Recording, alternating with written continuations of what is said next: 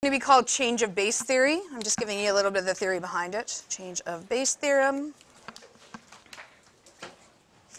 So we're going to consider y equals log base b of x, and the first thing I want you to do is convert to exponential.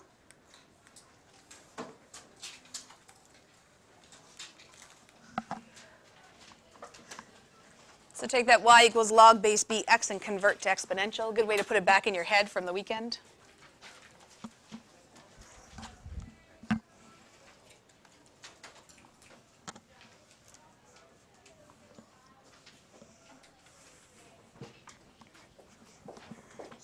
Oh.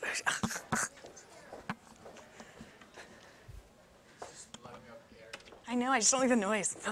It's like nails on a chalkboard. When you have converted, just check with someone around you, see if you've got the same thing. We'll high five if you both have the same exponential form.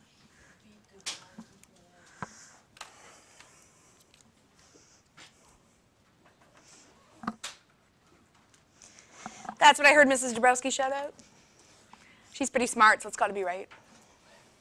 Agree, disagree? I like it. Now what we're going to do is called take log of each side.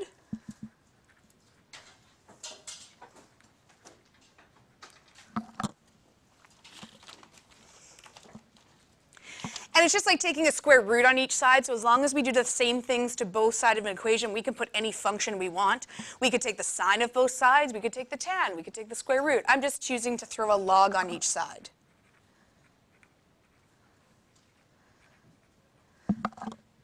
Now what base did I choose there? N. I could have chosen any base I wanted as long as they were the same on each side. So I could have chosen base 10, I could have chosen base 100, I just chose generic base N. What do you remember about this exponent and something we can do with it from our log laws? You go to the front. Remember what log that was called, or what law that was called? Power. So power law.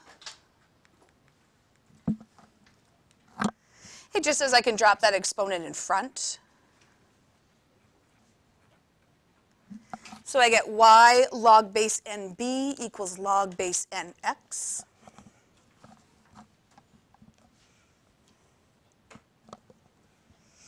And then I want to isolate y.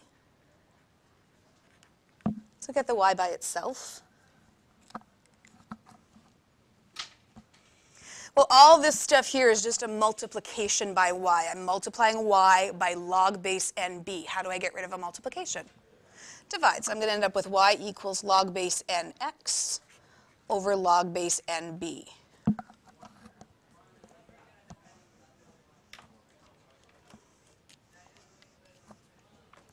And y, what I started with, was actually log base bx.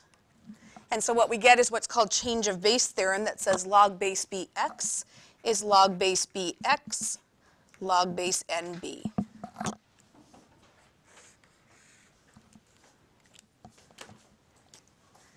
You don't actually need to know any of that stuff above. I just wanted to show you where the change of base theorem was coming from.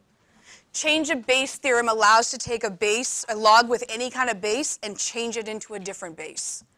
We can take any kind of base and change it into a different base. That's why it's called change of base theorem.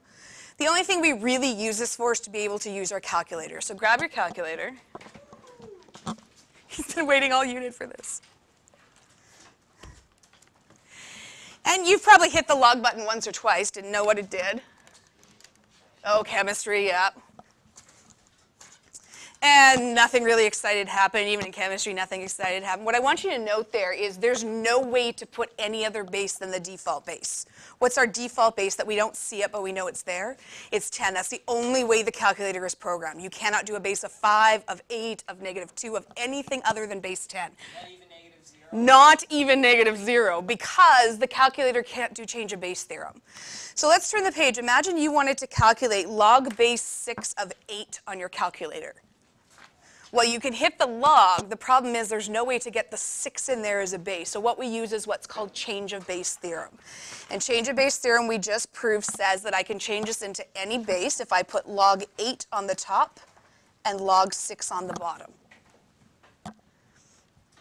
So the big number goes up, the base goes down. I can choose any kind of base. I'm choosing base 10 because it's what my calculator knows. So in order to calculate log base 6, 8, all I'm going to type in is log of 8 and close it off if you've got the old operating system. I think it closes for you with the new. And then I'm going to divide by log of 6. That's the only way to type in log base 6 of 8. What's our default decimal places if the question doesn't say otherwise? 3. So write down the value to 3 decimal places.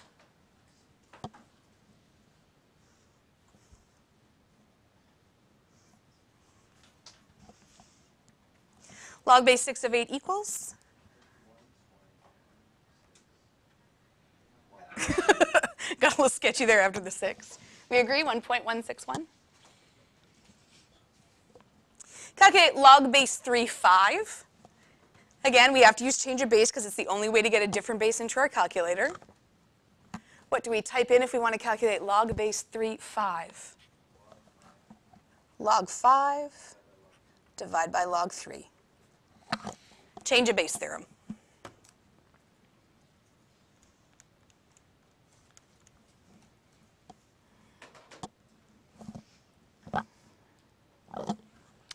Write it down to 3 decimal places, compare with someone, a little high five, maybe a woohoo, maybe. But if this calculator can do this base. Some can. Then you're good, this one can't. Yeah? Why is there no unit for signs? Why is there no unit for square roots? Because it's a function. It's something your calculator does. There'll be units later on when we do the application questions, but not this. It's just a value. Yes? Yes. Not the greater one, the actual physical bigger one. Good question. Give it to me to 3 decimal places. Confirm?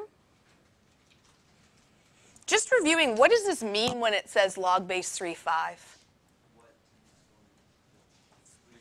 3 to the what equals 5. Well, that's why we need our calculator, because it's got to be a decimal value. We know it's bigger than 1, but we know it's less than 2. How do we know that? Because 3 to the 2 is 9. 3 to the 1 is 3, and 3 to the 2 is 9. So that's what this is for, is just when we need to use our calc. Yeah, 7-ish. I think you started with exponents. Finished off in grade 8. Okay, that was change of base theorem. Let's go to log graphing. So, quick review. We talked about these on Thursday, maybe Friday? Thursday? So you tell me, how do we graph a log?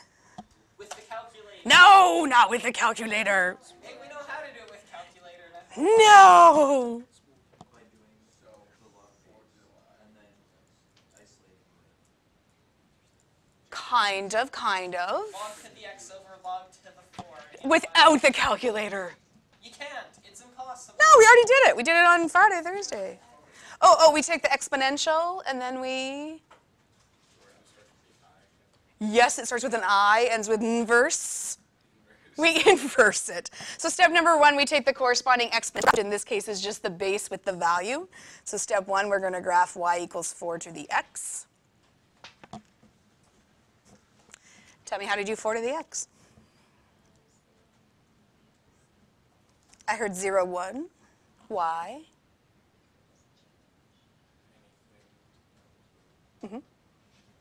And then y. And that's it. Then that's it. We're done. No, that's it. 2 little points. Ooh, what? Asymptote? What? Tell me about the asymptote. What do you know? Where is it? Why?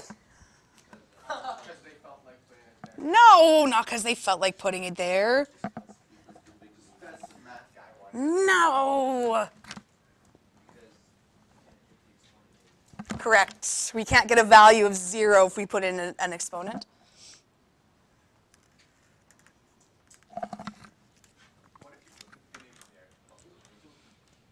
Infinity. Infinity plus 1. Ooh.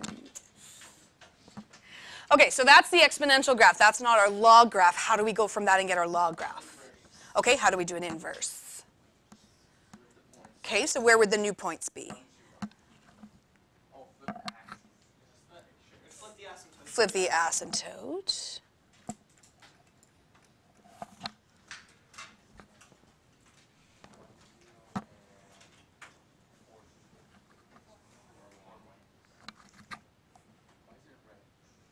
Because it's the last graph. Just draw it how?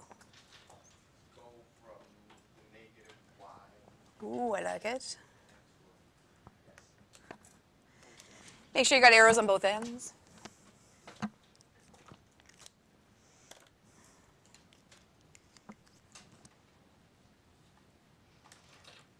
Identify the intercepts, asymptotes, domain, and range.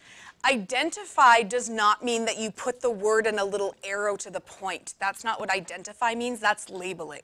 So it's not asking you to put intercept with an arrow. It means give the value of it. That's what identify means. Okay, so let's do the intercepts first.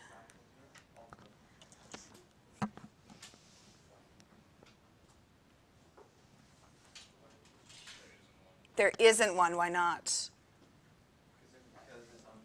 Because there's an asymptote there, so it's never going to cross the y-axis. X-intercept. I heard 1, 0. Ooh, 1, 0. Asymptote.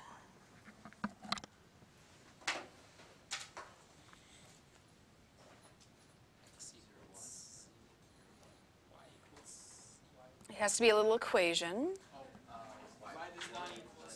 It's a vertical asymptote, so what's the equation of any vertical line? X cannot be 0. The domain. X is greater than 0. Got an offer of x is greater than 0. The range. YER. Offer of YER.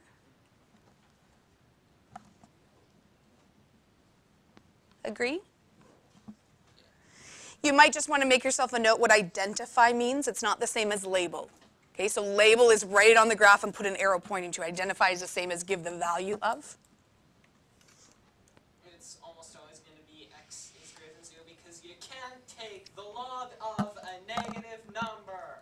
I like that, yeah. Except we're going to start to move it around, though, because look, we can have transformations. Look at all this stuff.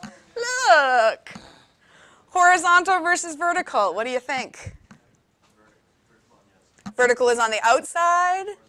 Horizontal is on the inside. Now, this kind of gets like trig functions that there's some brackets that we get lazy about. So there actually is brackets around all that stuff in the middle, but we tend to drop it when it's just multiplying in there.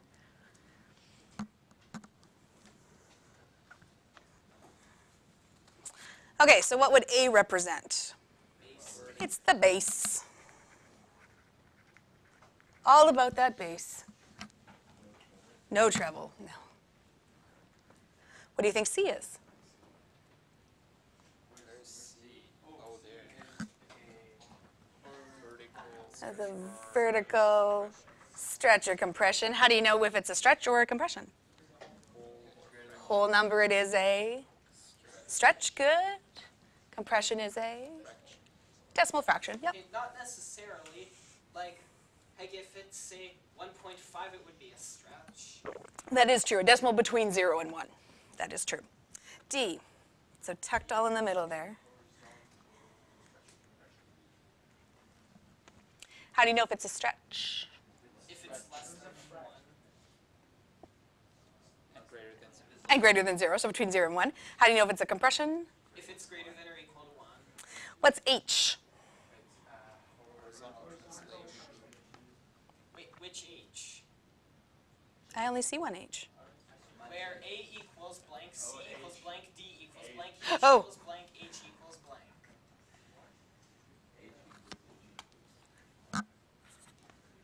And I even put a sticky to change it last year and completely forgot it. What's K?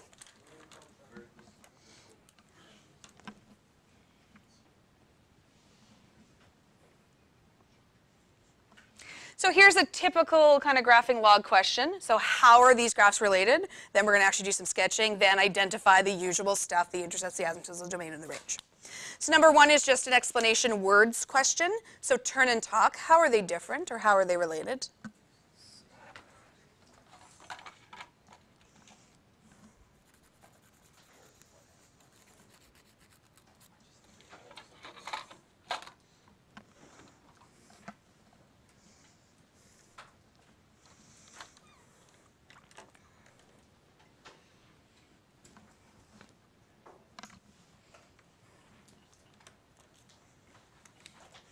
And since the talking has ceased, how are they related? Same base. Both a log graph, I'll take that. Okay, what else? Both have an x in it. Most functions both have an x in them, yes. Has a y in it too. Yes.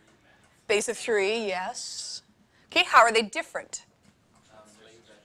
Oh, okay, so let's talk. What's this 2 that's stuck in there somewhere?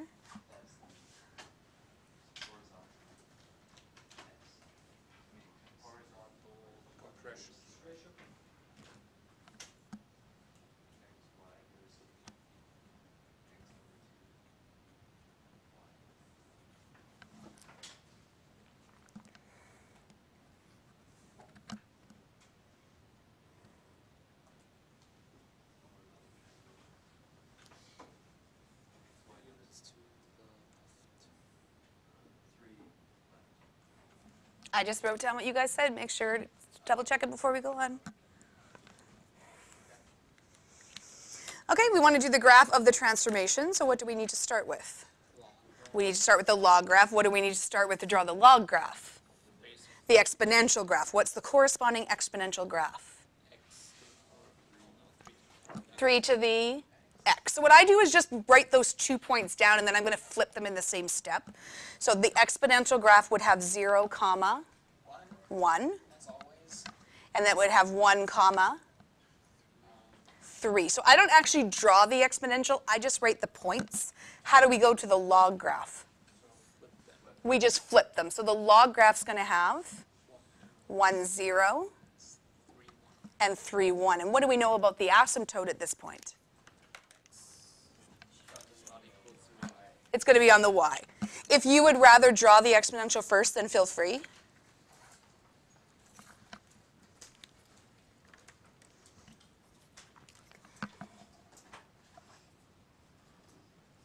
This little graph photocopied funny. Looks like pluses.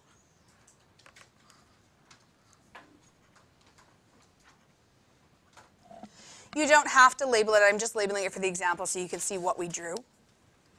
Again, if you would rather start with the exponential and then flip that, that's fine. I just tend not to draw it because I know we don't need the exponential.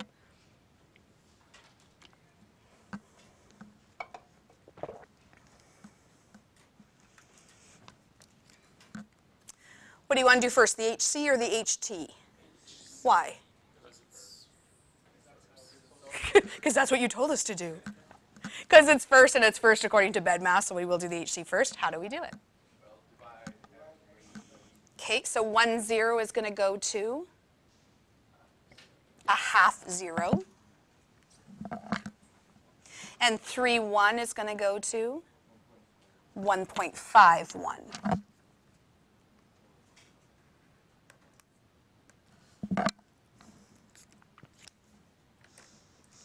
Did we squish him in towards the y-axis? Did we horizontally compress him?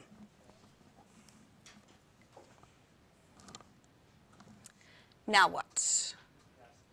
Ooh, okay, this is always a big question, is when do you move the asymptote and when don't you? So exponential is it was with vertical transformations when we moved it up and down. With logs, it's with horizontal transformations. So where is the new asymptote going to be? Awesome.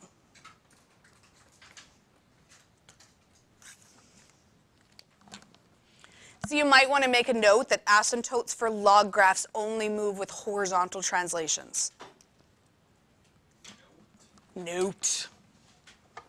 For log graphs, they're only going to move with horizontal translations.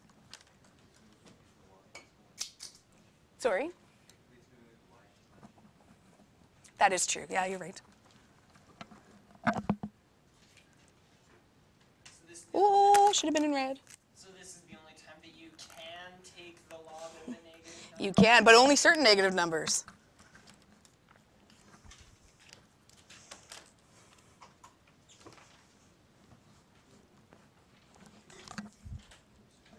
Are you starting to see how transformations are transformations no matter what the base graph is? They're just all transformations. Yes, sir. Say you're someone like me who loves this calculator. How do you enter an equation like that into a calculator? This guy here, Yes. you'd have to change a base series, so you would do log on the top 2x plus 3, and then on the bottom log 3. What if there's a VSVC or It would go at the top. Both would go at the top. Correct. So it's only the log and the little base that's going to go to the bottom. Good question, although you'll never have to need to know that, but good question. So everything but the base goes. Yes. Turn and talk, identify the intercepts, the asymptotes, the domain, and the range.